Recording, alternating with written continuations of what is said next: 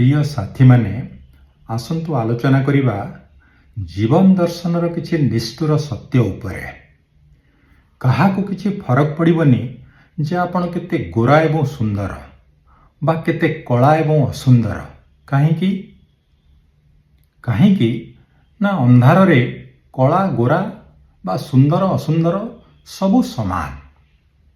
ठीक सेही भली काहाकु किछि फरक पड़िबनी आपण केते हृष्टपृष्ट केते सुस्थ केते सबल बा आपण केते रुग्ण एवं दुर्बल। काहेकि काहेकि ना आपण जेते सुस्थ सबल होंतु ना काहेकि आपण निजर मृत देह को निजे टाणी टाणी कबरस्थान बा श्मशान पर्यंत नहीं पारिबे कि ना। ठीक सेही भली काहाकु किछि फरक पड़िबनी आपण केते दीर्घायु हुअन्तु बा केते अल्पायु हुअन्तु। आपण 100 वर्ष बंचन्तु कि 150 वर्ष पर्यंत बंचन्तु, किंतु आसंता काली कौन घटिबो आपण कौन कहि परिबे ना।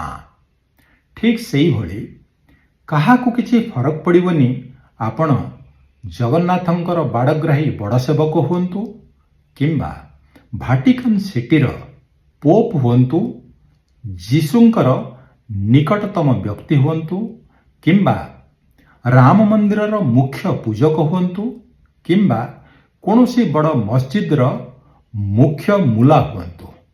काहेकि काहेकि ना रोग हेले आपण कोठिकी जिवे डाक्तरखाना। आउ डाक्तरखाना रे डाक्तर आपणकर ईश्वर बा भगवान एवं मेडिसिन हेला आपणकर महाप्रसाद।